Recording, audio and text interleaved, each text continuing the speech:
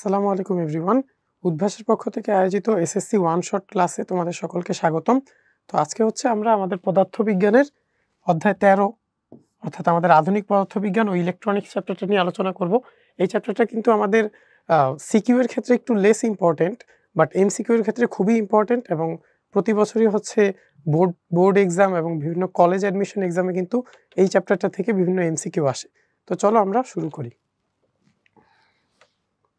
শুরুতে হচ্ছে আমরা সিকিউ কোয়েশ্চেন নিয়ে কিছু আলোচনা করব, তারপর আমাদের জ্ঞানমূলক, অনুধাবনমূলক এবং তারপর এমসিকিউ নিয়ে আমরা আলোচনা করব। তো প্রথম কোয়েশ্চেনটা দেখো কি বলছে। বিদ্যালয় বিভিন্ন অনুষ্ঠানে এ ও বি এর দুইটি ইলেকট্রনিক ডিভাইস ব্যবহৃত হয়। এই যন্ত্রটি হচ্ছে শব্দ শক্তিকে তড়িৎ শক্তিতে, মার্ক করো এই ওয়ার্ডটা। তা বি যন্ত্রটি কি বলছে, তড়িৎ শক্তিকে শব্দ শক্তিতে। আমরা জানি আমাদের শব্দ শক্তিকে তড়িৎ শক্তিতে রূপান্তর করে যেই ইলেকট্রনিক ডিভাইস সেটা হচ্ছে মাইক্রোফোন, আর তড়িৎ শক্তিকে শব্দ শক্তিতে রূপান্তর করে যেই ইলেকট্রনিক ডিভাইস সেটা হচ্ছে স্পিকার। এখন দেখো আমাদের সি নাম্বার কোশ্চেনে যেটা বলছে যে এ ডিভাইসটির কার্যক্রম বর্ণনা করো, অর্থাৎ আমাদের মাইক্রোফোনের কার্যক্রম ব্যাখ্যা করতে হবে। মাইক্রোফোন মেইনলি কি করে? মাইক্রোফোন মেইনলি হচ্ছে আমরা যখন কথা বলি আমাদের যে কথার শব্দ শক্তিটা এটাকে হচ্ছে তড়িৎ শক্তিতে কনভার্ট করে এবং তারপর সেটা হচ্ছে ট্রান্সমিটেড হইতে পারে। তো আমরা মাইক্রোফোনের যেই মডেলটা সেটা আমরা একটু দেখি।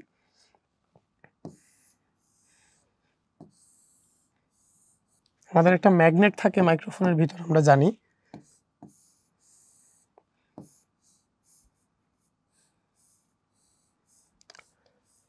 আর এটার মধ্যে তার কুণ্ডলী পেঁচানো থাকে। এখন আমাদের যখন শব্দ তরঙ্গ এইভাবে যায়, শব্দ তরঙ্গ যে এই ম্যাগনেটটাকে সামনে পিছে আন্দোলিত করে এবং ম্যাগনেটটা সামনে পিছে আন্দোলিত হওয়ার কারণে এই সলিনয়েডের ভিতরে চৌম্বক ক্ষেত্রের পরিবর্তন হয়। তাহলে কি তড়িৎ চৌম্বক আবেশের ফলে, আমরা কিন্তু পড়ছিলাম এটা,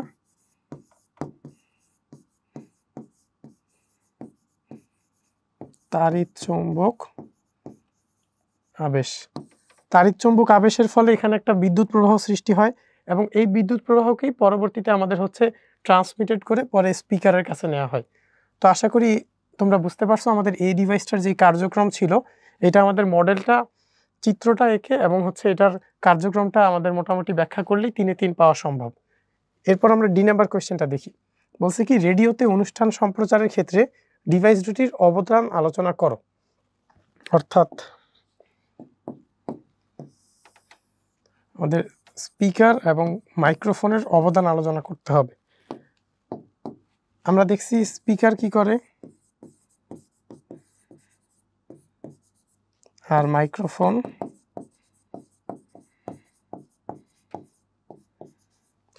স্পিকারের কাজ কি? স্পিকার হচ্ছে আমাদের যে তড়িৎ শক্তি আছে সেটাকে শব্দ শক্তিতে কনভার্ট করে।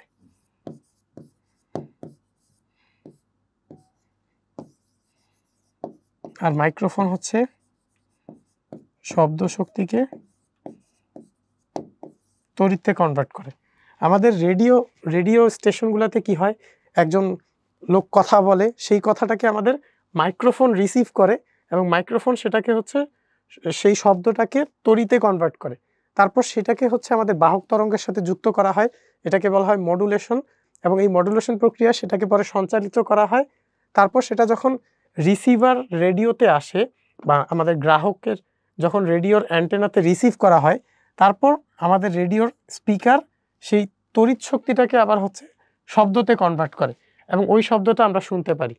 তো এই হচ্ছে এই ডি নাম্বার কোয়েশ্চেনে আমাদের এই লাইনগুলোই হচ্ছে ব্যাখ্যা করে লিখতে হবে, স্পিকার আর মাইক্রোফোনের অবদান। তাহলে আমরা এটা কিন্তু ফুল মার্ক পেতে পারবো। তো আশা করি এটাও বুঝতে পারছো। এরপর আমরা সামনে দেখি। এখানে দেখো আমাদের সি নাম্বার কোয়েশ্চেনটা বলছে প্রথম চিত্রে বর্তনীতে সংযুক্ত করে দেখাও যে ইহা এসি কারেন্টকে ডিসি কারেন্টে রূপান্তর করে। এসি কারেন্টকে ডিসি কারেন্টে রূপান্তর করে, এটা কোন যন্ত্র? এটা হচ্ছে আমাদের ডায়োড। দেখো পি পিএন জাংশন বা ডায়োড যেটা, সেটা কিন্তু আমাদের এসি কারেন্টকে ডিসি কারেন্টে রূপান্তর করে। কিভাবে করে আসো আমরা এটা দেখি। তার আগে হচ্ছে আমাদের একটু বুঝতে হবে সম্মুখী যোগ আর বিমুখী যোগ এই জিনিসটা কি। তার আগে দেখো যে পিএন ডায়োডটা বা পিএন জাংশনটা কি।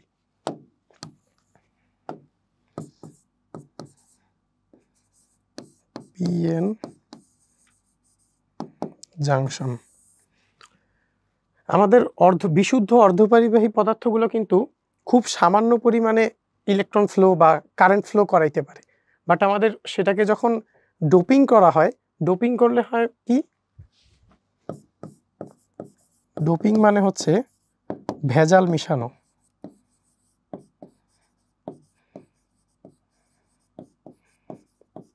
ভেজাল মিশানো কিভাবে মিশানো হয় দেখো, আমরা দুইভাবে ডোপিং করতে পারি। একভাবে ডোপিং করার ফলে হচ্ছে আমাদের পি টাইপ সেমিকন্ডাক্টর তৈরি হয়, আরেকভাবে ডোপিং করার কারণে এন টাইপ সেমিকন্ডাক্টর তৈরি হয়। এটা কিন্তু আমাদের সি নাম্বার কোয়েশ্চেনের অ্যান্সার না, বাট আমরা হচ্ছে এক্সপ্লেইন করার জন্য বলতেছি। দেখো পি টাইপ যখন আমরা ডোপিং করি তখন আমাদের কি হয়, এইটা মনে করো সিলিকন, পি টাইপে হচ্ছে আমরা ত্রিযোজী মৌল অ্যাড করি, ত্রিযোজী মৌল অ্যাড করি, যেমন আমাদের আছে বোরন, অ্যালুমিনিয়াম, তারপর গ্যালিয়াম। আর এন টাইপে হচ্ছে আমরা পঞ্চযোজী মৌল অ্যাড করি। পঞ্চযোজীর মধ্যে কি কি আছে, আমাদের আছে ফসফরাস, আর্সেনিক, এগুলা। তো ত্রিযোজীতে আমরা মনে করো এটা হচ্ছে আমাদের বোরন অ্যাটম, আর চারপাশে হচ্ছে তাকে ঘিরে থাকবে সিলিকন।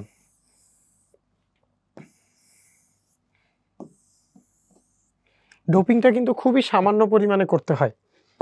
আর আমরা জানি বোরনের যোজ্যতা স্তরে ইলেকট্রন কয়টা, 3টা, 1 2 3টা।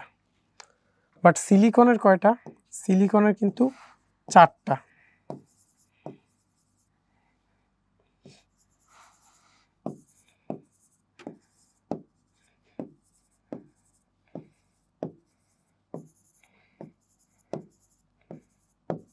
এই হচ্ছে আমাদের স্ট্রাকচারটা অনেকটা। তাহলে দেখো আমাদের এইখানে কিন্তু একটা আরেকটা ইলেকট্রন এই যেখানে আছে, একটা ফাঁকা জায়গা সৃষ্টি হয়েছে কিন্তু এইখানে কিন্তু একটা হোল সৃষ্টি হয়েছে, কারণ বোরন যখন সিলিকনের কেলাসের ভিতর ঢুকবে তখন সে কিন্তু একটা সিলিকনের মতো আচরণ করতে চাবে, বাট তার কিন্তু যোজ্যতা স্তরে 3টা ইলেকট্রন আছে, সে ওই 3টা হচ্ছে শেয়ার করছে। এখন সে কিন্তু চাইলেই হচ্ছে আরেকটা কিন্তু শেয়ার করতে পারবে না।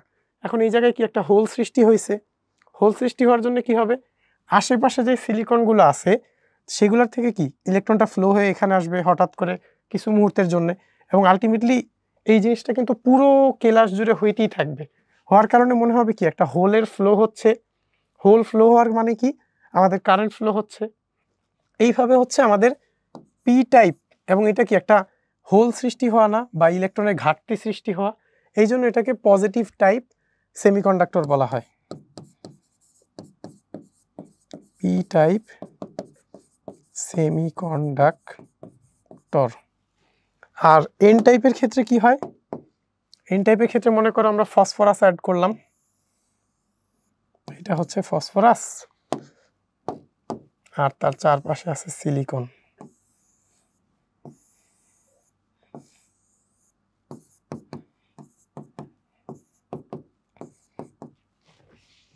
সিলিকন সিলিকন ফসফরাসের যোজ্যতা স্তরে কয়টা ইলেকট্রন, আমরা জানি 5টা। সে 4 জনের সাথে 4টা শেয়ার করলো, আর কিন্তু তার এক্সট্রা একটা ইলেকট্রন রয়ে গেল, আর এগুলো হচ্ছে সিলিকনেরটা।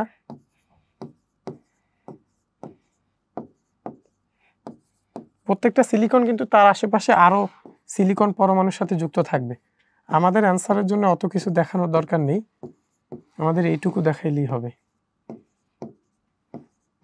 এখন ফসফরাসের যে একটা ইলেকট্রন বেশি আছে সেটা কি হবে, সেটা কিন্তু এখানে না থেকে পুরো কেলাসের মধ্যে ঘুরে বেড়াবে, তাহলে একটা মুক্ত ইলেকট্রনের ফ্লো সৃষ্টি হবে, এবং ফ্লো ইলেকট্রনের ফ্লো সৃষ্টি হওয়া মানে কি, কারেন্ট ফ্লো সৃষ্টি হওয়া, তাহলে সেইখানে কি একটা ইলেকট্রন আধিক্য হইল, এই জন্য এটাকে নেগেটিভ টাইপ সেমিকন্ডাক্টর বলা হয়, এন টাইপ সেমিকন্ডাক্টর। আর আমাদের পিএন জাংশন বা হচ্ছে ডায়োড যেটা, সেটা কি, আমাদের যখন একটা এরকম একটা মনে করো সেমিকন্ডাক্টরের ক্লাস নেওয়া হইলো, এটার এক পাশে হচ্ছে আমাদের পজিটিভ টাইপ সেমিকন্ডাক্টর সৃষ্টি করতে হবে, মানে হচ্ছে ত্রিযোজী মৌল ডোপিং করব, তখন কি এখানে হোল সৃষ্টি হবে।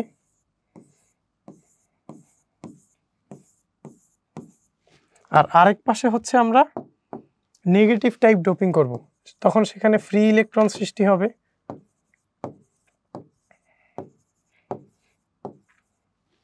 তাহলে এটা কি পি টাইপ, এইটা এন টাইপ।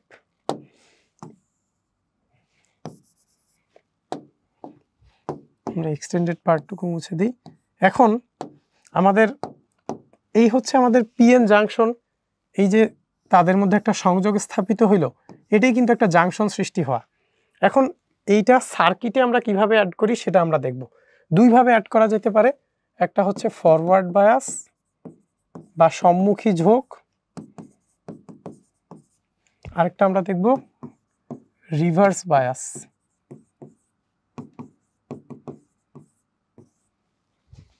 ফরওয়ার্ড বায়াসে কি করা হয় দেখো,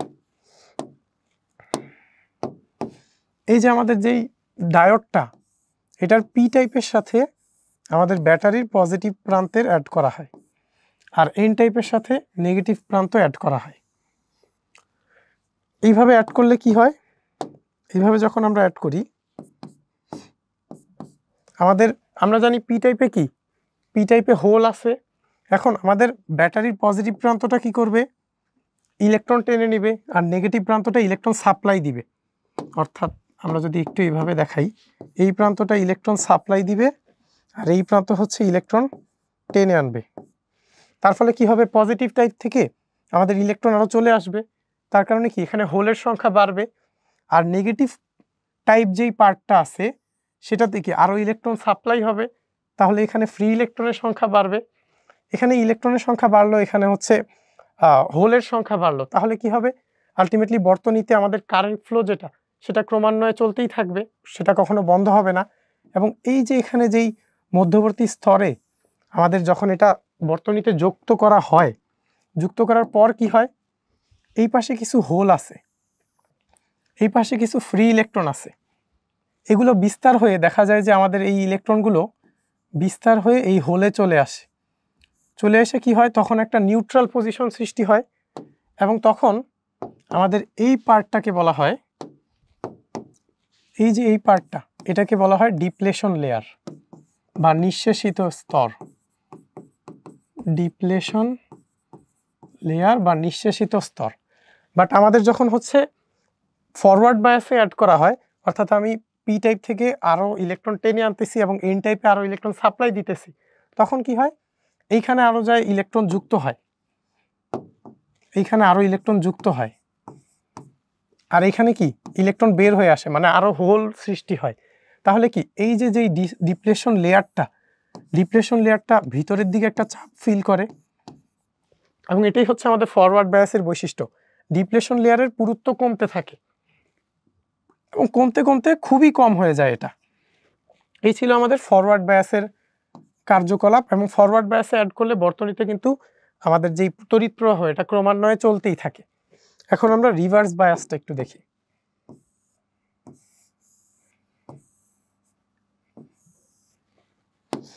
রিভার্স বায়াস, এখানে মনে করো ফ্রি ইলেকট্রনস, আর এখানে হোল।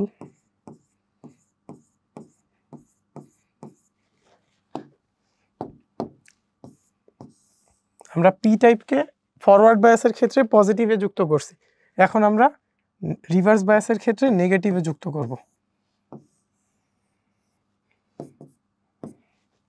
দেখো কি হবে, আমাদের এইখানে কিন্তু এন টাইপ আর এখানে পি টাইপ, আমাদের এই জাংশনে একটা ডিপ্লেশন লেয়ার সৃষ্টি হয়ে আছে। এখন আমার পজিটিভ টাইপ কি করবে, ইলেকট্রনকে টেনে আনবে, আর নেগেটিভ টাইপ ইলেকট্রন সাপ্লাই দিবে। সাপ্লাই দেওয়ার ফলে কি হবে, এই যে এখানে যে হোলগুলা ছিল, এই হোলগুলা কি হবে, হোলগুলা পূরণ হয়ে যাবে। হোলগুলা পূরণ হওয়ার কারণে কি আমাদের এই ডিপ্লেশন লেয়ারটা আরও চওড়া হইতে থাকবে, পুরু হইতে থাকবে।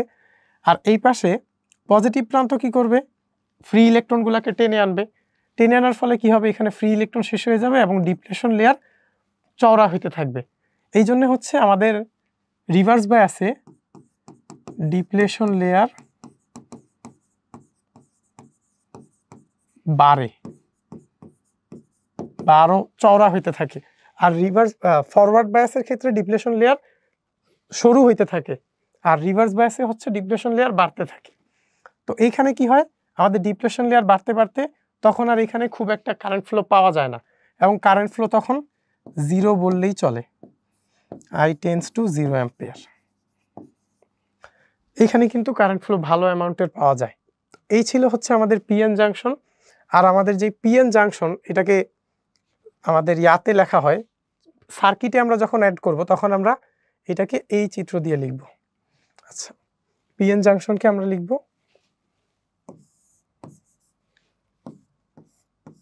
বা ডায়োডকে এইভাবে, যেখানে আমাদের এই পাশটা হচ্ছে পি টাইপ, এই পাশটা হচ্ছে এন টাইপ। এখন পি টাইপটা ব্যাটারির পজিটিভ না নেগেটিভে আছে, সেটা থেকে আমরা ডিসাইড করব যে এটা হচ্ছে ফরওয়ার্ড বায়াসে নাকি রিভার্স বায়াসে।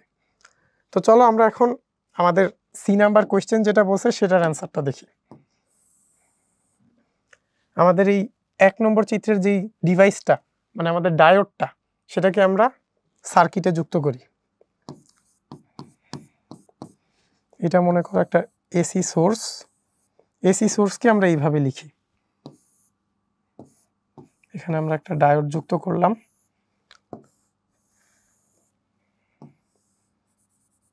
এখানে একটা রেজিস্ট্যান্স আছে, যার অ্যাক্রসে হচ্ছে আমরা আউটপুট নিব।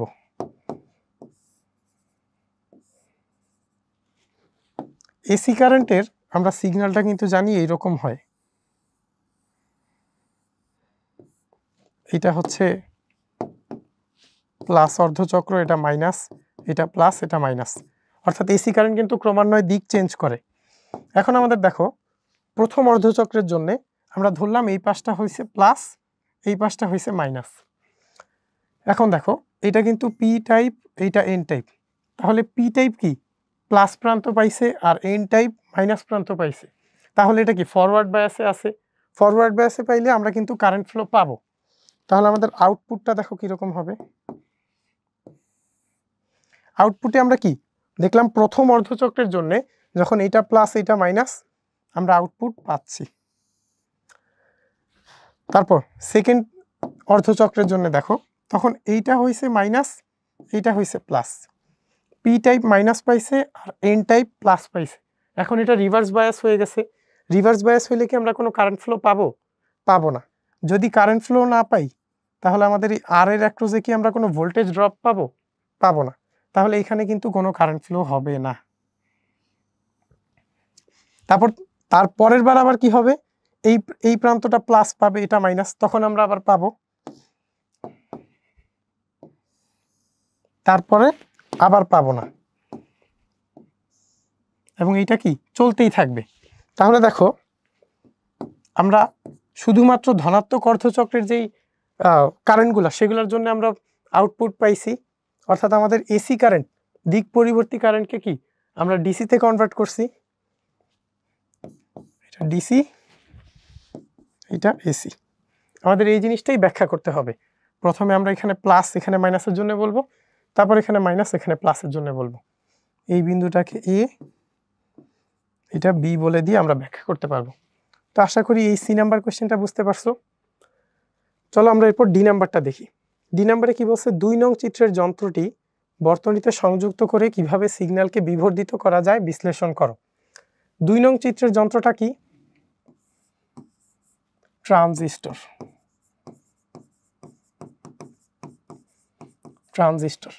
এবং আরো স্পেসিফিক্যালি বললে এটা হচ্ছে আমাদের এনপিএন ট্রানজিস্টর। কেন এটা এনপিএন ট্রানজিস্টর আমরা একটু পরে দেখব। ব্যাখ্যাটা আমি তোমাদের দেখাইতেছি। চলো আমরা এরপর এটা কিভাবে সিগন্যালকে বিবর্ধিত করে এটা আমরা দেখি।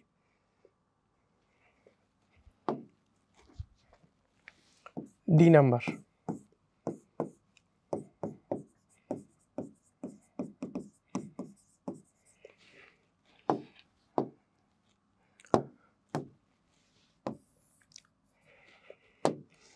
ট্রানজিস্টরকে এইভাবে প্রকাশ করা হয়। আমরা জানি ট্রানজিস্টরের কিন্তু 3টা টার্মিনাল থাকে। একটা থাকে হচ্ছে কালেক্টর, একটা কালেক্টর, একটা বেজ আর একটা ইমিটার। ইমিটার মানে হচ্ছে নিঃসারক, কালেক্টর মানে সংগ্রাহক, বেজ মানে হচ্ছে পিট। এখন আমাদের চিত্রটায় দেখো কি দেয়া ছিল, ইমিটার থেকে কি বের হইতেছে কারেন্ট, ইমিটার থেকে বের হইতেছে। এখন আমরা এটার এই যেই সার্কিট চিত্রটা দেয়া আছে এইটার থেকে আমরা বুঝবো যদি ইমিটার থেকে ডিরেকশন বাইরের দিকে হয় তখন এটা হয় এনপিএন ট্রানজিস্টর। অর্থাৎ আমাদের কালেক্টরটা এন, বেসটা পি আর ইমিটারটা হচ্ছে এন টাইপের ডোপিং করা আছে। সেম একই রকম মনে করো আমাদের আরেক ধরনের ট্রানজিস্টর হইতে পারে কালেক্টর, বেস, ইমিটার। যদি আমাদের এই ডিরেকশনটা ইমিটার থেকে ভিতরের দিকে হইতো তখনই আমাদের এনপিএনটা হয়ে যেত পিএনপি। এইটা পি, এইটা এন, এইটা পি। কিন্তু আমাদের বাস্তব জীবনে এনপিএন ট্রানজিস্টরের ব্যবহার অনেক বেশি। দেখো আমাদের কোয়েশ্চেনেও কিন্তু এনপিএন ট্রানজিস্টরের কথা বলা আছে। তাহলে আমরা এটা নিয়ে আলোচনা করব। এনপিএন ট্রানজিস্টরের আমরা সার্কিটটা কমপ্লিট করি।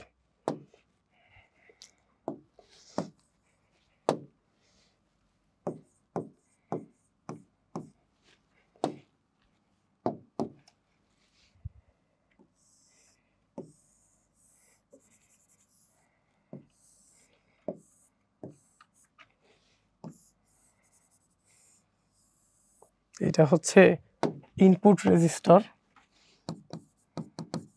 এটা হচ্ছে আউটপুট রেজিস্টর। এইটার অ্যাক্রসে হচ্ছে আমরা ভোল্টেজ নিব, আউটপুট নিব, আর এখানে হচ্ছে আমরা কি দিব, ইনপুট দিব। এখন আমাদের ট্রানজিস্টরের ক্ষেত্রে কি হয়, এই বেস কারেন্ট আর কালেক্টর কারেন্ট ঢুকে ভিতরের দিকে ঢুকে তারপর ইমিটার কারেন্ট বানায়। আর এনপিএন ট্রানজিস্টরের পিএনপি ট্রানজিস্টরের ক্ষেত্রে আমাদের ইমিটার কারেন্টটা ঢুকে বেস আর কালেক্টর দিয়ে বের হয়। তো আমাদের মেইনলি ইমিটার কারেন্টটা ঢুকতেছে নাকি বের হইতেছে আমরা সেখান থেকে ডিসাইড করব যে এটা এনপিএন নাকি পিএনপি ট্রানজিস্টর। আমাদের কোয়েশ্চেনে যেহেতু এটা আছে আমরা এখন এইটার ব্যাখ্যাটা দেখি। আমাদের এনপিএন ট্রানজিস্টরের ক্ষেত্রে ইমিটার কারেন্টটার ভ্যালু হয় কি, কালেক্টর কারেন্ট আর বেস কারেন্টের যোগফল। এখন আমাদের ট্রানজিস্টরের ক্ষেত্রে হয় কি, বেস কারেন্টে বা ইনপুট কারেন্টে আমি যদি খুব সামান্য পরিমাণ কারেন্ট ইনপুট দেই তার জন্য কালেক্টর কারেন্টটার ভ্যালু হয় অনেক বেশি, আর ইমিটার কারেন্ট তো আরও বেশি হয়। এই কালেক্টর কারেন্টটার ভ্যালু যখন বেশি হয় তার মানে আমাদের এবং আর এলটার ভ্যালু আর ইনপুটের চেয়ে অনেক বড় রাখা হয়। তাহলে দেখো তো আমাদের V output by V input কি আসে, ভি আউটপুট আসে R L by R input into IC by IB. আমরা দেখতে পারতেছি আইসি এর ভ্যালু আইবি এর চেয়ে বড়, আর এল এর ভ্যালুও আর ইনপুটের চেয়ে বড়। তাহলে আলটিমেটলি ভি আউটপুটটা কি ভি ইনপুটের চেয়ে অনেক বড় হবে। তাহলে আমাদের যেটা টার্গেট ছিল যে সিগন্যালকে বিবর্ধিত করা, যেটা আমাদের টার্গেট ছিল সিগন্যালকে বিবর্ধিত করা, আমরা সেটা করতে পারছি। কারণ কি আমাদের ভি আউটপুটের ভ্যালু কি ভি ইনপুটের চেয়ে অনেক বড় হবে, অর্থাৎ V output greater than V input. আমাদের মেইন টার্গেট কিন্তু এটাই ছিল যে আমরা সিগন্যালকে বিবর্ধিত করব বা ভোল্টেজ বৃদ্ধি করব। তাহলে এটার ব্যাখ্যাটা আমরা কিভাবে আঁকবো, সবার আগে আমরা হচ্ছে এই চিত্রটা দিয়ে এটা যে এনপিএন ট্রানজিস্টর এটা বলবো, তারপর এই সার্কিটটা কমপ্লিট করব।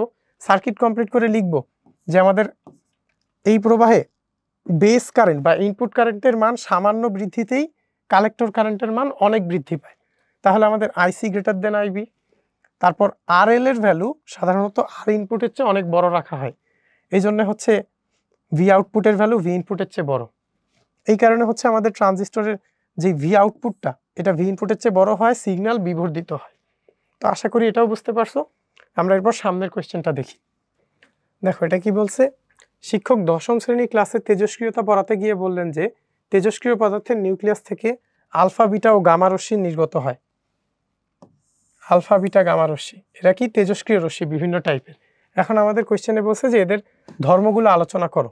এটা কিন্তু খুবই ইম্পর্টেন্ট একটা কোয়েশ্চেন, আমাদের এমসিকিউ সিকিউ সব জায়গাতেই কিন্তু এটা আসে। আমাদের তেজস্ক্রিয় রশ্মি কি কি বলছে, আলফা বিটা আর হচ্ছে গামা রশ্মি। এখন আলফা রশ্মি মেইনলি কি, আলফা রশ্মি মেইনলি হচ্ছে আলফা কণা হচ্ছে মেইনলি আমাদের হিলিয়াম নিউক্লিয়াস। হিলিয়াম নিউক্লিয়াস, এখন দেখো এইখান থেকে কিন্তু তার অনেকগুলো বৈশিষ্ট্য বের হয়ে যাবে। হিলিয়াম নিউক্লিয়াস তাহলে তার ভর সংখ্যা কত, ভর সংখ্যা 4, প্রোটন সংখ্যা 2, তাহলে তার টোটাল ভর কত, টোটাল ভর হচ্ছে আমরা 2টা প্রোটনের ভর আর 2টা নিউট্রনের ভর যোগ করলেই তার ভর চলে আসবে। তার চার্জ কত, 2 × 1.6 × 10⁻⁻19 অর্থাৎ হচ্ছে +3.2 × 10⁻⁻19 কুলম্ব তার চার্জ। তারপর হচ্ছে সে যেহেতু চার্জিত কণা, সে বাতাসে চলার সময় কি করবে, গ্যাসকে আয়নিত করবে, গ্যাসের অণুগুলোকে। এবং সে কি, সে যেহেতু চার্জিত কণা, সে তড়িৎ ক্ষেত্র এবং চৌম্বক ক্ষেত্র দ্বারা প্রভাবিত হবে এবং তার গতিপথ হচ্ছে সরল রৈখিক। আমরা যদি এটা একটু লিখি, গ্যাসের অণুকে আয়নিত করে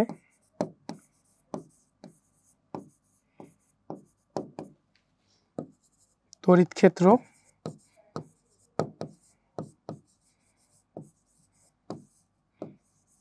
ও চৌম্বক ক্ষেত্র দ্বারা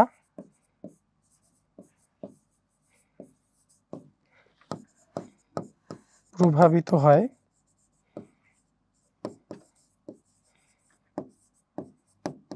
এবং সে কি বাতাসে খুব স্বল্প দূরত্ব অতিক্রম করতে পারে। তারপর আমাদের বিটা রশ্মি, বিটা রশ্মি মেইনলি কি জিনিস, বিটা রশ্মি হচ্ছে একটা ইলেকট্রন। সে যেহেতু একটা ইলেকট্রন তাহলে তার ভরটা আমরা বলতে পারি ভর হচ্ছে 9.1 × 10⁻31 কেজি। তার চার্জ আমরা বলতে পারি -1.6 × 10⁻⁻19 কুলম্ব। সে যেহেতু চার্জিত কণা তাহলে সে গ্যাসের অণুকে আয়নিত করবে এবং সে তড়িৎ ক্ষেত্র চৌম্বক ক্ষেত্র দ্বারা প্রভাবিত হবে। তার অনেকগুলো কিন্তু বৈশিষ্ট্য হয়ে গেল। এবং সে কি বাতাসে চলার সময় হচ্ছে আলফা কণার চেয়ে বেশি দূরত্ব অতিক্রম করবে, বাট গামা রশ্মির চেয়ে কম দূরত্ব অতিক্রম করবে। তারপর আমাদের গামা রশ্মি। আচ্ছা, আগের দুইটাকে আমরা কণা বলতে পারছি, বাট গামাকে কেন কণা বলা যায় না, কারণ গামা হচ্ছে তড়িৎ চৌম্বক তরঙ্গ, এটা কোনো কণা না, তড়িৎ চৌম্বক তরঙ্গ। তাহলে কি সে ভরহীন ও চার্জহীন কণা, ভরহীন ও চার্জহীন রশ্মি। তার আরো বৈশিষ্ট্য যদি আমরা বলি কি বলতে পারবো, সে যখন বাতাসে যাবে যেহেতু সে তার কোনো চার্জ নাই, সে কিন্তু তড়িৎ ক্ষেত্র এবং চৌম্বক ক্ষেত্র দ্বারা প্রভাবিত হবে না। এবং তার হচ্ছে সে যখন বাতাসে যাবে সে কিন্তু গ্যাসের অণুকে খুবই সামান্য পরিমাণে আয়নিত করবে, যেটার পরিমাণ নগণ্য বললেই চলে। আর হচ্ছে সে হচ্ছে বাতাসে সবচেয়ে বেশি পথ যেতে পারবে, এই দুটো হচ্ছে। তো আশা করি এই কোয়েশ্চেনটা বুঝতে পারছো। আমরা এর পরেরটা দেখি।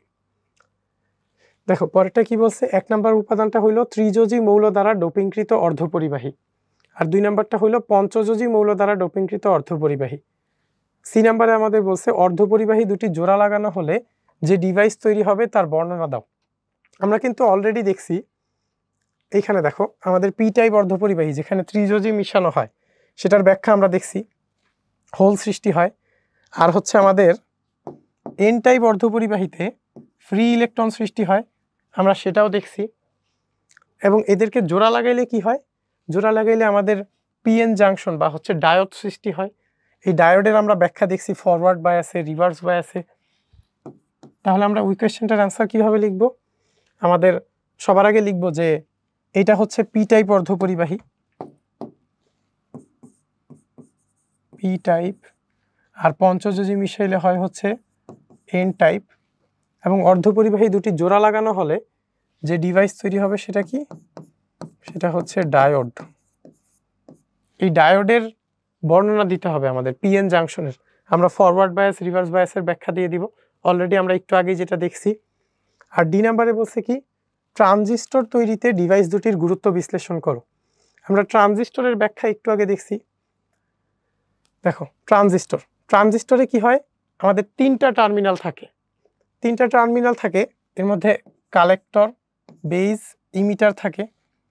আমরা যখন এনপিএন ট্রানজিস্টর ইউজ করি তখন কালেক্টর আর ইমিটার হয় হচ্ছে এন, আর বেসটা হয় পি টাইপের। আর যখন আমরা পিএনপি ট্রানজিস্টর ইউজ করি তখন আমাদের কালেক্টর আর ইমিটারটা হয় পি টাইপ, বেসটা হয় এন টাইপ অর্ধপরিবাহী। তাহলে আমরা এটার অ্যান্সারটা কিভাবে লিখব? ট্রানজিস্টর তৈরিতে ডিভাইস দুইটির মানে হচ্ছে পি টাইপ এন টাইপের বর্ণনা দিতে হবে।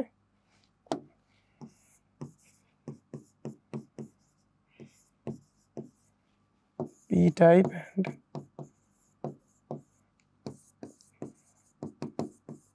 এন টাইপ সেমিকন্ডাক্টরের বর্ণনা দিতে হবে। আমরা ট্রানজিস্টরের যেই দুইটা স্ট্রাকচার দেখছি, পি টাইপের জন্য চিত্র কেমন হয়?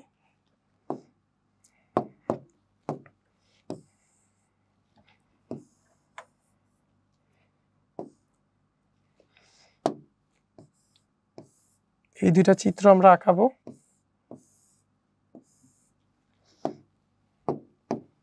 Collector, base, emitter, collector, base, emitter.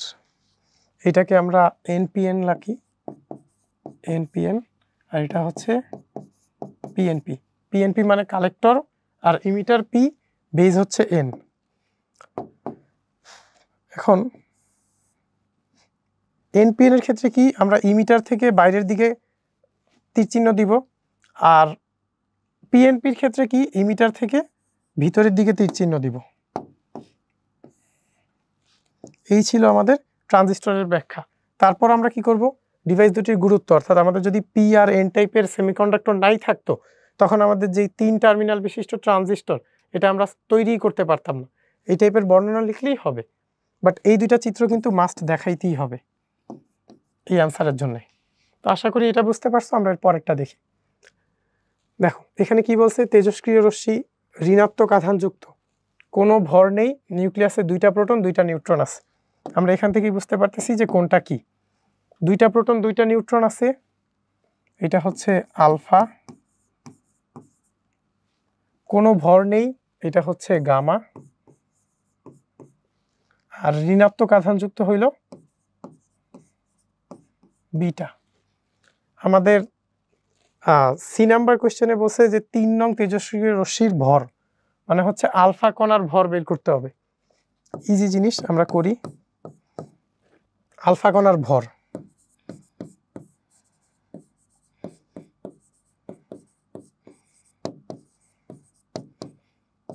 Alpha কণা মেইনলি কি, দ্বিধনাত্মক হিলিয়াম নিউক্লিয়াস। এখানে 2টা প্রোটন আর 2টা নিউট্রন আছে।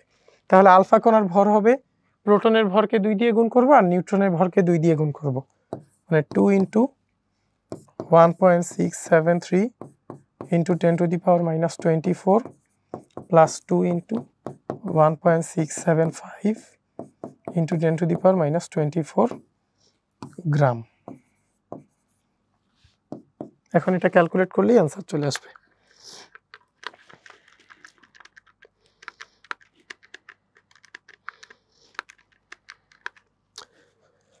অ্যান্সার আসছে 6.696 × 10⁻⁻24 গ্রাম। এটাই হচ্ছে আমাদের আলফা কণার ভর। এটা কিন্তু আমাদের এমসিকিউতেও আসতে পারে। তারপর ডি নাম্বারে কি বলছে, উদ্দীপকে উল্লেখিত 1 ও 2 নং তেজস্ক্রিয় রশ্মির বৈশিষ্ট্য, মানে হচ্ছে বিটা আর গামা রশ্মির বৈশিষ্ট্য ব্যাখ্যা করতে হবে, যেটা আমরা অলরেডি আগের কোশ্চেনে কিন্তু দেখছি। এই যে এখানে কিন্তু আমরা দেখছি, তাহলে কিন্তু আশা করি এটা আমরা ব্যাখ্যা করতে পারবো। ডি নাম্বারটাও হইল। তারপর দেখো, এখন হচ্ছে আমাদের অনুধাবনমূলক কোয়েশ্চেনগুলো। তো এই চ্যাপ্টার থেকে অনুধাবনমূলক কোয়েশ্চেনগুলো অ্যাকচুয়ালি একটু ডিফিকাল্ট, তো আমি তোমাদের বুঝাই দেওয়ার চেষ্টা করি, আশা করি তোমরা বুঝবা। প্রথমটা কি বলছে, যে কম্পিউটারের মনিটর দ্রুত ময়লা হয় কেন? আমাদের কম্পিউটার যখন চলে তখন মনিটরে কি স্থির তড়িৎ জমা হয়, ওই কারেন্টগুলো কি করে আমাদের যেই ধুলাকণা আছে ধুলাকণাগুলোকে আকৃষ্ট করে, এই জন্য হচ্ছে মনিটরে দ্রুত ধুলাকণা জমা হয়, এই কারণে হচ্ছে কম্পিউটারের মনিটর দ্রুত ময়লা হয়। 2 নম্বরটা দেখো, অধিক দূরত্বে সিগন্যাল প্রেরণের জন্য ডিজিটাল সিগন্যাল উত্তম, ব্যাখ্যা করো। কারণ আমরা কি জানি, আমাদের অ্যানালগ সিগন্যালে কিন্তু নয়েজ যুক্ত হয়, বাট ডিজিটাল সিগন্যালে কিন্তু কখনো নয়েজ যুক্ত হওয়ার চান্স অনেক কম থাকে, প্রায় নাই বললেই চলে। এই জন্য আমাদের অ্যানালগ সিগন্যাল যখন আমরা অধিক দূরত্বে পাঠাই তখন কিন্তু সেটাই নয়েজ যুক্ত হয়ে সিগন্যালটা নষ্ট হওয়ার চান্স থাকে, বাট ডিজিটাল সিগন্যালে সেই চান্সটা থাকে না। এই জন্য অধিক দূরত্ব প্রেরণের জন্য ডিজিটাল সিগন্যাল উত্তম। তারপর কি বলছে, তেজস্ক্রিয় মৌলের অর্ধায়ু ব্যাখ্যা করো। অর্ধায়ু জিনিসটা কি? অর্ধায়ু হচ্ছে যে সময়ের মধ্যে কোন একটা তেজস্ক্রিয় নমুনায় যতগুলো পরমাণু ছিল, যে সময় পর তার অর্ধেক সংখ্যক পরমাণু থাকে, সেটা হচ্ছে মৌলের অর্ধায়ু।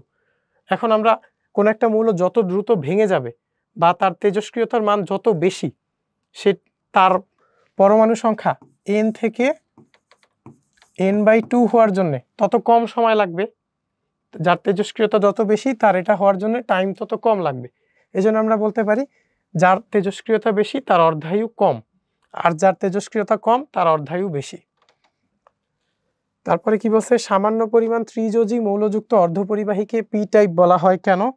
কারণ আমরা পি টাইপে হচ্ছে বোরন, অ্যালুমিনিয়াম, গ্যালিয়াম এই টাইপের হচ্ছে মৌল মিশানোর জন্য কি হয়, আমাদের যেখানে একটা হোল সৃষ্টি হয় এবং পুরো কেলাস জুড়ে সেই হোলটার ফ্লো সৃষ্টি হয়। এই ফ্লো সৃষ্টি হওয়ার জন্য কি হয়, আমাদের এটাকে পজিটিভ টাইপ মনে হয়, বাট অ্যাকচুয়ালি কিন্তু এটা কোনো চার্জ থাকে না, এটা কিন্তু আধান নিরপেক্ষ কেলাস থাকে। তারপরে কি বলছে, সাধারণ অবস্থায় সকল অর্ধপরিবাহী আধান নিরপেক্ষ থাকে কেন? সাধারণ অবস্থায় সকল অর্ধপরিবাহী আধান নিরপেক্ষ থাকে কারণ হচ্ছে আমাদের যে সিলিকন স্ট্রাকচার, আমরা যদি ওইটা একটু দেখি, এই যে দেখো আমাদের এখানে যে স্ট্রাকচারটা আছে, এখানে কিন্তু কোনো এক্সট্রা ইলেকট্রন ঘাটতি সৃষ্টি হয় নাই। আমরা ডোপিং করার পরেও এখানে কিন্তু জাস্ট একটা ইলেকট্রন যেই স্ট্রাকচারটা, কারণ বোরনে কিন্তু আমাদের যতগুলা প্রোটন আছে এক্সাক্ট ততগুলাই ইলেকট্রন আছে, বাট এখানে হচ্ছে সিলিকন স্ট্রাকচারে ও ঢোকার কারণে ওর এখানে একটা মনে হচ্ছে আপাতপক্ষে একটা ইলেকট্রন ঘাটতি সৃষ্টি হয়েছে, বাট এটা কিন্তু টোটাল প্রোটন সংখ্যা আর টোটাল ইলেকট্রন সংখ্যা সেম আছে, সেম এটার ক্ষেত্রেও। এই জন্য কি কোনো চার্জ সৃষ্টি হয় না, আধান নিরপেক্ষই থাকে। তারপরে কি, স্পিকার কিভাবে কাজ করে? আমরা কিন্তু অলরেডি দেখছি মাইক্রোফোনের গঠন। স্পিকারে কি হয়, স্পিকারের ক্ষেত্রে হয় হচ্ছে আমরা আমাদের যেই ইলেকট্রিক সিগন্যালটা, সেটার মাধ্যমে আমরা একটা ম্যাগনেটকে সামনে পিছে করি, এর জন্য হয় কি আমাদের শঙ্কুটা সামনে পিছে যায় এবং হচ্ছে একটা সাউন্ড সৃষ্টি হয়। তারপর একটা কি বলছে, চিত্রের সাহায্যে একটা ডিজিটাল সংকেত ব্যাখ্যা করো। ডিজিটাল সংকেতের চিত্র কেমন হয়? হয় 1 না হয় 0, হয় 1 না হয় 0। এখানে 1 0 0 1 0 0 1 0 এরকম টাইপের সিগন্যাল হয়। এবং এই ডিজিটাল সিগন্যালে কি হয়, একদম বিচ্ছিন্ন মান পাওয়া যায়, হয় 0 পাবো না হলে 1 পাবো, এর মধ্যবর্তী কোনো মান পাওয়া যাবে না। 0 প্রকাশ করে ভোল্টেজ নাই বা কারেন্ট নাই, 1 প্রকাশ করে তখন কারেন্ট আছে। তারপরটা কি বলছে, দূর দূরান্তে বৈদ্যুতিক সংকেত প্রেরণে অপটিক্যাল ফাইবার ব্যবহার করা সুবিধাজনক কেন? অপটিক্যাল ফাইবার ব্যবহার করা সুবিধাজনক কারণ আমাদের যে অপটিক্যাল ফাইবার আছে সেটার ভিতরের অংশটারে কি বলে, কোর বলে, আর বাইরের অংশটারে বলে ক্ল্যাডিং। আলোক সিগন্যাল আমরা অপটিক্যাল ফাইবারে পাঠানোর জন্য কি আমাদের তড়িৎ সিগন্যালকে আলোক সিগন্যালে কনভার্ট করি, এবং এইখান থেকে আলো যাওয়ার সময় পূর্ণ অভ্যন্তরীণ প্রতিফলন হয়, এবং আলোর বেগে আমাদের সিগন্যাল কিন্তু দ্রুত আমরা ট্রান্সমিট করতে পারি। আলোর চেয়ে বেশি কিন্তু দ্রুত কিছুই নাই, বা আলোর ধারে কাছেও কিন্তু কেউ নাই। এই জন্য হচ্ছে অপটিক্যাল ফাইবার ব্যবহার করা সুবিধাজনক। কারণ আমরা অনেক দ্রুত এবং কোনো রকম নয়েজ যুক্ত হয় না এটার মধ্যে, অনেক দ্রুত এবং কোনো নয়েজ যুক্ত হওয়া ছাড়াই আমরা সিগন্যাল পাঠাইতে পারি। তারপরে কি ডোপিং বলতে কি বুঝো? ডোপিং আমরা কিন্তু অলরেডি দেখছি, এটা এই যে এখানে ডোপিং দেখছিলাম, ভেজাল মিশানো। আমাদের অর্ধপরিবাহী কেলাসের মধ্যে নির্দিষ্ট পরিমাণে অপদ্রব্য মিশানোর মাধ্যমে সেমিকন্ডাক্টরের তড়িৎ পরিবাহিতা বৃদ্ধি করার কৌশলকে ডোপিং বলা হয়। এখন ডোপিং দুই টাইপের হইতে পারে, ত্রিযোজী মৌল মিশানো, পঞ্চযোজী মৌল মিশানো। ত্রিযোজী মৌল মিশাইলে আমাদের পি টাইপ সেমিকন্ডাক্টর সৃষ্টি হয়, পঞ্চযোজী মৌল মিশাইলে এন টাইপ বা নেগেটিভ টাইপ সেমিকন্ডাক্টর সৃষ্টি হয়, এবং এটার ব্যাখ্যা কিন্তু আমরা অনেকটা দেখছি ওভারঅল। তারপর কি বলছে, রঙিন টেলিভিশনের কার্যনীতি বুঝিয়ে লিখো। এটার ব্যাখ্যাটা আমাদের বইতে খুব সুন্দর মতো লেখা আছে। আমাদের RGB, আমাদের রঙিন টেলিভিশন কি, জাস্ট এই তিনটা কালার, মৌলিক কালার বুঝতে পারে, রেড, গ্রিন, ব্লু। এখন এই তিনটা কালারের বিভিন্ন কম্বিনেশন নিয়ে কিন্তু আমরা অন্যান্য কালার সৃষ্টি করতে পারি। রেডের ভ্যালু, যেমন আমি যদি একটা এক্সাম্পল দিই, আমরা যদি তিনটাই 0 রাখি তখন আমরা সাদা কালার দেখতে পারি। আমরা যদি গ্রিন আর ব্লুকে 0 0 রেখে রেডকে 256 রাখি তখন হচ্ছে আমরা পুরা রেড দেখব। তো এরকম বিভিন্ন কম্বিনেশন দিয়ে আমরা হচ্ছে বিভিন্ন কালার দেখতে পারি। এই ব্যাখ্যাটাই হচ্ছে আমাদের বইতে অনেক সুন্দর মতো দেয়া আছে, ওইখান থেকে তোমরা দেখে নিবা। তারপর দেখো আমাদের জ্ঞানমূলক কোয়েশ্চেনগুলো। তেজস্ক্রিয়তা কি অথবা তেজস্ক্রিয়তা কাকে বলে? আমাদের কোনো একটা মৌলের নিউক্লিয়াস থেকে যদি স্বতঃস্ফূর্তভাবে বিভিন্ন তেজস্ক্রিয় রশ্মি মানে আলফা, বিটা, গামা রশ্মি যদি নির্গমন হয় এবং নিউক্লিয়াসটার পরিবর্তন হয় তখন ওই জিনিসটাকে বলে তেজস্ক্রিয়তা। ডায়োড কি? ডায়োড হচ্ছে আমাদের কোনো একটা কোনো একটা সেমিকন্ডাক্টরের, বিশুদ্ধ সেমিকন্ডাক্টরের কেলাসে অর্ধেক যদি হচ্ছে আমরা পি টাইপ ডোপিং করি, বাকি অর্ধেক হচ্ছে এন টাইপ ডোপিং করি, তখন আমাদের যেই পিএন জাংশন সৃষ্টি হয় সেটাকে ডায়োড বলে। আর ডায়োড কি? রেকটিফায়ার হিসেবে কাজ করে। এটা একটা এক্সট্রা ইনফরমেশন দিলাম, রেকটিফায়ার হিসেবে কাজ করে। রেকটিফায়ার কি আমরা অলরেডি দেখছি এখানে, এই যে এখানে রেকটিফিকেশন, এসি কারেন্টকে ডিসি কারেন্টে কনভার্ট করা, এই বিষয়টাকে বলে রেকটিফিকেশন বা একমুখীকরণ। তারপর কি বলছে, আইসোটোপ কাকে বলে? এটা আমরা কেমিস্ট্রিতেও দেখছি। আইসোটোপ মানে হচ্ছে যদি ভিন্ন ভিন্ন পরমাণুতে প্রোটন সংখ্যা সেম থাকে কিন্তু ভর সংখ্যা এবং নিউট্রন সংখ্যার মান ভিন্ন হয় তখন তাকে বলে আইসোটোপ। তারপর পিএন জাংশন কি? আমাদের এই যে একটা অর্ধপরিবাহী কেলাসের মধ্যে, বিশুদ্ধ অর্ধপরিবাহী কেলাসের এক পাশে পি টাইপ যদি আমরা ডোপিং করি, আরেক পাশে এন টাইপ ডোপিং করি, তখন আমাদের এদের সংযোগস্থলে যেই সৃষ্টি হয়, সংযোগস্থল যেটা হয় সেটাকে বলে পিএন জাংশন। ফ্যাক্স কি? টেলিফোন লাইনের মাধ্যমে আমরা যদি কোনো ডকুমেন্টকে হুবহু কপি করে পাঠাই তখন সেটাকে বলে ফ্যাক্স। আইসি কি? আইসি হচ্ছে ইন্টিগ্রেটেড সার্কিট। ইন্টিগ্রেটেড সার্কিট বা সমন্বিত বর্তনী, যেখানে হচ্ছে আমরা খুব অল্প পরিসর জায়গার মধ্যে আমাদের অনেকগুলো বর্তনীকে সমন্বয় করে বর্তনীর বিভিন্ন উপাদান যেমন রেজিস্ট্যান্স মানে রোধ, ধারক, তারপর এরকম ইনসুলেটর, এরকম বিভিন্ন টাইপের উপাদান যুক্ত করে যখন একটা সমন্বিত বর্তনী সৃষ্টি করব সেটাকে বলে আইসি। মডুলেশন কি? মডুলেশন মানে হচ্ছে আমাদের কোনো একটা সিগন্যালকে যদি হচ্ছে আমরা বাহক তরঙ্গের সাথে যুক্ত করে সেটাকে বা কোনো দূরে কোথাও ট্রান্সমিট করার জন্য বাহক তরঙ্গের সাথে যুক্ত করি তখন এই ঘটনাকে বলে মডুলেশন। টমোগ্রাফি কি? টমোগ্রাফি হচ্ছে আমাদের কোনো একটা 3D অবজেক্ট, মনে করো আমাদের এরকম একটা কিউব আছে,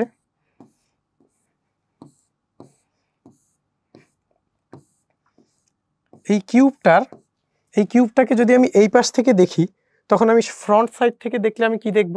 তখন আমি জাস্ট দেখব হচ্ছে একটা রেক্টেঙ্গেল বা একটা চতুর্ভুজ দেখব, সেম এভাবে চিন্তা করো, মনে করো আমাদের এটা হচ্ছে একটা ক্যালকুলেটর, এটা কিন্তু একটা 3D অবজেক্ট, একটা ঘন বস্তু। এটাকে যদি আমি জাস্ট এই পাশ থেকে দেখি তখন আমি কি দেখব? দেখব একটা রেক্টেঙ্গেল। অর্থাৎ এই বিষয়টাই আমাদের কোনো একটা 3D অবজেক্টকে যদি আমরা এক পাশ থেকে দেখে 2D পিকচার ড্র করি বা 2D পিকচারটা আমরা চিন্তা করি, তখন ওই বিষয়টাকে বলে টমোগ্রাফি। অডিও সংকেতের কম্পাঙ্ক কত? আমাদের অডিও সংকেতের কম্পাঙ্ক হচ্ছে 20 হার্জ থেকে 20,000 হার্জ, মানুষের শ্রাব্যতার সীমা যেটা। তেজস্ক্রিয়তা পরিমাপের একক কি?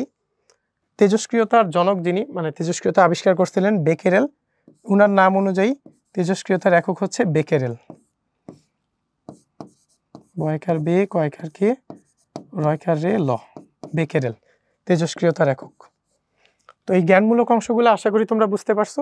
এগুলোর সংজ্ঞাগুলো কিন্তু উদ্ভাসের মডেল টেস্টে এবং আমাদের বিভিন্ন বইতেও কিন্তু খুব সুন্দর মতো সাজানো আছে, তোমরা সেখান থেকে দেখলে আরও গুছানো পাবা। আমি বিষয়গুলো তোমাদের বুঝাই দেওয়ার চেষ্টা করছি। তারপর আমাদের দেখো এখন আমাদের এমসিকিউ পার্টগুলা। কোন বলের কারণে তেজস্ক্রিয় নিউক্লিয়াস থেকে বিটা কণা বা ইলেকট্রন বের হয়? দুর্বল নিউক্লিয় বলের জন্য। কারণ আমরা কি জানি? চৌম্বক বল তো আমরা জানি, দুটা চুম্বক আকর্ষণ করলে। বিদ্যুৎ বলও আমরা জানি। সবল নিউক্লিয় বল কি? যেই বলের কারণে নিউক্লিয়াসের মধ্যে প্রোটন আর নিউট্রন আবদ্ধ থাকে, সেটা হচ্ছে সবল নিউক্লিয় বল। আর যে কারণে হচ্ছে ভেঙে যায়, সেটা হচ্ছে দুর্বল নিউক্লিয় বল। স্পিকার তৈরিতে কোনটি ব্যবহৃত হয়? ডায়াফ্রাম ব্যবহৃত হয়। ডায়াফ্রামটা সামনে পিছিয়ে যায় কাঁপে এবং হচ্ছে শব্দ তৈরি হয়। বিভিন্ন নেটওয়ার্ক নিজেদের মধ্যে যে নেটওয়ার্ক সংযোগ করে তাকে কি বলে? ইন্টারনেট বলে। ইউরেনিয়ামের একটি আইসোটোপ কোন রশ্মি বিকিরণ করে থোরিয়ামের একটি আইসোটোপে পরিণত হয়? আলফা রশ্মি। কারণ কি? আমরা জানি ইউরেনিয়ামের পারমাণবিক সংখ্যা হচ্ছে 92 আর থোরিয়াম হচ্ছে 90। পারমাণবিক সংখ্যা যদি 2 কমতে হয় তাহলে আমাদের অবশ্যই একটা হিলিয়াম বের করতে হবে। হিলিয়াম 24, এখানে হচ্ছে 235 231। এই জন্য হচ্ছে আমাদের কি একটা আলফা কণা বের করে থোরিয়াম নিউক্লিয়াস হবে। কোন যন্ত্রের সাহায্যে এসিকে ডিসি করা যায়? আমরা অলরেডি এটা অনেকবার দেখছি, রেকটিফিকেশন করে ডায়োড। কোন যন্ত্রের সাহায্যে শব্দ তরঙ্গকে বিদ্যুৎ তরঙ্গে কনভার্ট করা যায়? কোনটার মাধ্যমে? মাইক্রোফোনের মাধ্যমে। মাইক্রোফোনের মাধ্যমে শব্দকে বিদ্যুতে কনভার্ট করে, আর বিদ্যুৎকে শব্দতে কনভার্ট করে স্পিকার। নিচের কোনটির উপস্থিতিতে পর্যবেক্ষণ করে জীবাশ্মের বয়স সম্পর্কে ধারণা পাওয়া যায়? খুবই ইম্পর্টেন্ট এমসিকিউ, কার্বন 14। নিচের কোনটি চার্জহীন এবং ভরহীন কণা? অলরেডি কিন্তু আমরা দেখছি গামা রশ্মি, যদিও এটাকে কণা বলা উচিত না। নিচের উদ্দীপকের সাহায্যে আলোকে পরবর্তী প্রশ্নের উত্তর দাও। এন বলছে Bn-4 হিলিয়াম 4। এ ও বি দুটি তেজস্ক্রিয় মৌল যাদের অর্ধায়ু 100 বছর আর 200 বছর। 100 কার? এর, আর 200 হচ্ছে বি এর। তাহলে 400 বছর পর দেখো কি হবে? আমরা একটু ফ্লো চার্টটা দেখি। সবার আগে এ এর ক্ষেত্রে এ দেখো, আমরা মনে করলাম শুরুতে আছে এ এন সংখ্যক। 100 বছর পর কি হবে? n/2।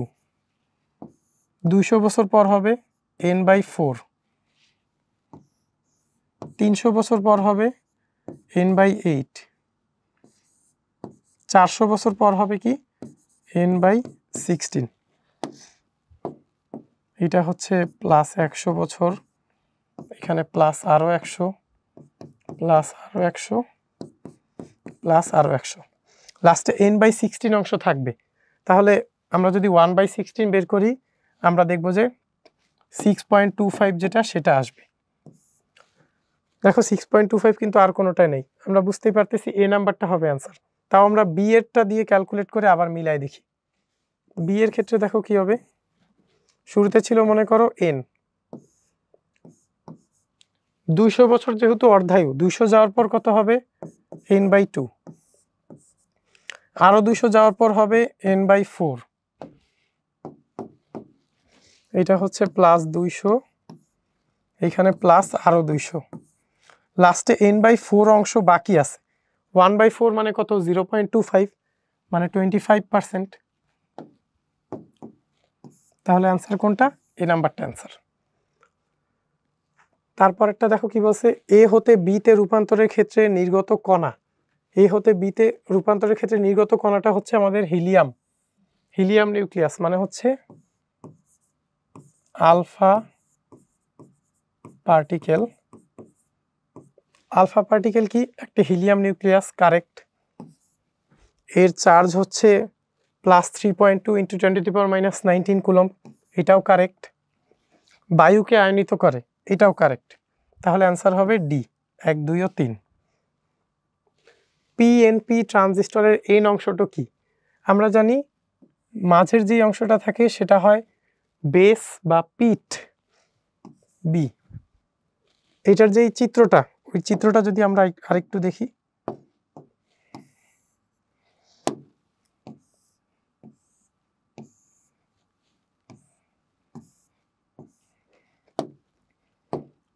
এটা হচ্ছে কালেক্টর, এটা ইমিটার, এটা বেস।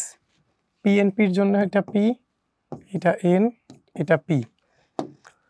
আর আমরা জানি পিএনপির ক্ষেত্রে ইমিটার থেকে বা নিঃসারক থেকে ডিরেকশনটা কোন দিকে হয়? ভিতরের দিকে হয়। তাহলে এটা পিট। বাতাসে আলফা কণার গতিপথ কিরূপ? সরলরৈখিক হয়। তারপর কোনগুলো গামা রশ্মির ধর্ম? আমরা জানি গামা রশ্মি কি? একটা ইলেকট্রোম্যাগনেটিক ওয়েভ এবং এটা ভরহীন এবং চার্জহীন। বিদ্যুৎ চৌম্বকীয় তরঙ্গ এবং ভরহীন, 1 নাম্বারটা কারেক্ট। এটা তো ভুল। তরঙ্গ দৈর্ঘ্য খুবই কম এবং চৌম্বক ক্ষেত্র দিয়ে প্রভাবিত করা যায় না, চৌম্বক ক্ষেত্র দিয়ে প্রভাবিত করা যায় না। এই রশ্মির অস্তিত্ব বোঝা যায় না এবং এর বেগ আলোর বেগের সমান। এই পার্টটা সঠিক, বাট অস্তিত্ব বোঝা যায়। টেলিফোনে কথা শোনার সময় শব্দ শক্তি রূপান্তরের ক্ষেত্রে কোনটি সঠিক? টেলিফোনে যখন আমরা কথা শুনি তখন কি হয়? বৈদ্যুতিক যেই শক্তি বা বিদ্যুৎ শক্তি যেটা, সেটা কিন্তু শব্দ শক্তিতে কনভার্ট হয় স্পিকারের মাধ্যমে। তখন আমরা শুনি এই যে বিদ্যুৎ শক্তি থেকে শব্দ শক্তিতে কনভার্ট হয়, এই জন্য আমরা এটা শুনি। কোন তেজস্ক্রিয় মৌলের অর্ধায়ু 100 বছর। মৌলটির 1/8 অংশ অক্ষত থাকতে কত সময় লাগবে? দেখো, মনে করো শুরুতে n আছে, n/2 হবে, তারপর n/4 হবে, তারপর n/8 হবে। এইখানে একটা অর্ধায়ু পার হবে 100, এইখানে একটা অর্ধায়ু পার হবে 100, এইখানে একটা অর্ধায়ু পার হবে 100। তাহলে টোটাল কত ইয়ার গেল? 300 বছর। 300 বছর, ডি নাম্বারটা কারেক্ট। আলফা কণার বৈশিষ্ট্য, এই কণা চৌম্বক ও তড়িৎক্ষেত্র দ্বারা প্রভাবিত হয়, ঠিক। এর ভর এইটা, এটা কিন্তু সঠিক না, আমরা দেখছিলাম কিন্তু এর ভর কিন্তু বের করছিলাম আমরা, এজন্য এখন আর বের করলাম না। এই কণা জিঙ্ক সালফাইড পর্দায় প্রতিভাবা সৃষ্টি করে, হ্যাঁ ঠিক। এটা কিন্তু আমরা রাদারফোর্ডের যেই পরীক্ষা ওইটাই দেখছিলাম। তাহলে 1 আর 3 কারেক্ট, বি নাম্বারটা কারেক্ট। নিচের কোনটি এনপিএন ট্রানজিস্টর? আমরা কিন্তু অনেকবার দেখছি এনপিএন ট্রানজিস্টরের বিন্যাস। ইমিটার থেকে ভিতরের দিকে যাবে আমাদের ডিরেকশন, এবং এটা পি, এটা এন, এটা পি, সি নাম্বারটা কারেক্ট। রঙিন টেলিভিশনে কি কি বর্ণের ইলেকট্রন গান থাকে? R G B, red, green, blue, লাল, সবুজ, নীল, এ নাম্বারটা কারেক্ট। নিচের উদ্দীপকের আলোকে পরবর্তী প্রশ্নের উত্তর দাও। এখানে আমাদের একটা ডিজিটাল সিগন্যাল দেখানো আছে, এখানে একটা ডায়োড দেখানো আছে, এখানে হচ্ছে ট্রানজিস্টর দেখানো আছে। চিত্র এ এর ক্ষেত্রে নিচের কোনটি সঠিক? ছিন্নায়িত মানে পরিবর্তিত হয়, কারণ কি শুধু 0 1 থাকে, 0 1 0। তারপর একটা বিষয় চিত্র বি এবং চিত্র সি এর তথ্যের আলোকে চিত্র বি একমুখী কারক হিসেবে কাজ করে, ঠিক। চিত্র সি তড়িৎ প্রবাহ ও ভোল্টেজকে রূপান্তর করতে পারে, না। চিত্র সি উচ্চ দ্রুতি সুইচ হিসেবে কাজ করে, হ্যাঁ ঠিক। 1 আর 3, বি নাম্বারটা কারেক্ট। তারপর দেখো কার্বন 614 আইসোটোপে কয়টি নিউট্রন আছে? এখানে আমাদের কার্বন 614, নিউট্রন সংখ্যা কত?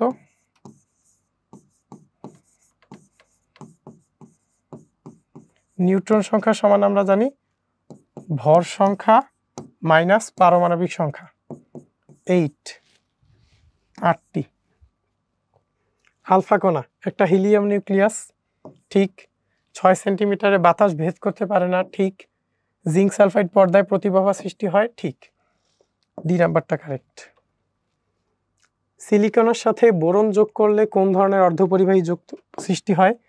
বোরন বলা আছে, দেখো বোরন আমরা কি জানি, একটা ত্রিযোজী মৌল।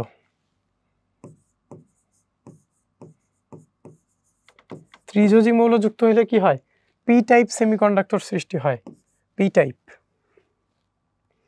ইউরেনিয়ামের তেজস্ক্রিয়তা আবিষ্কার করেন কোন বিজ্ঞানী? তেজস্ক্রিয়তা আবিষ্কার করছিলেন হেনরি বেকেরেল।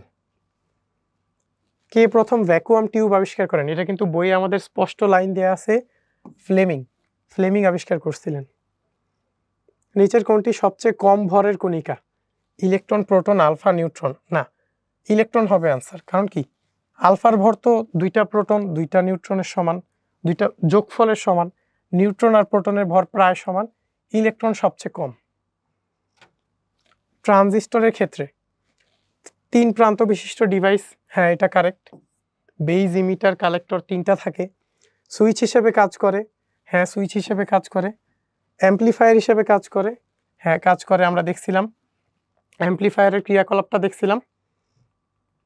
দেখো একটু রিভিউ করে আসি, এই যে এইখানে দেখছিলাম।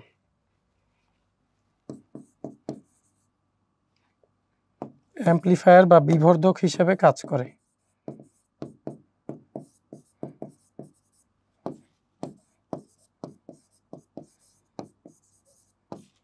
যে কোনো সিগন্যালকে বিবর্ধিত করতে বা স্ট্রং করার জন্য কি অ্যাম্পলিফায়ার ইউজ হয়। অ্যাম্পলিফায়ার হিসেবে কোনটা ইউজ হয়? ট্রানজিস্টর ইউজ হয়। চলো আমরা আবার ফিরে যাই আগের স্লাইডে। এই যে 3 প্রান্ত বিশিষ্ট ডিভাইস সুইচ হিসেবে কাজ করে, অ্যাম্পলিফায়ার হিসেবে কাজ করে। ডি নাম্বারটা কারেক্ট। ডিজিটাল সংকেত হলো অডিও, ভিডিও, ভোল্টেজ, হ্যাঁ এগুলো ডিজিটাল সিগন্যাল হিসেবে ট্রান্সমিটেড হয়। বাইনারি কোড, ইয়াস, 0 আর 1 থাকে, নির্দিষ্ট মান, ঠিক। ডি নাম্বারটা কারেক্ট।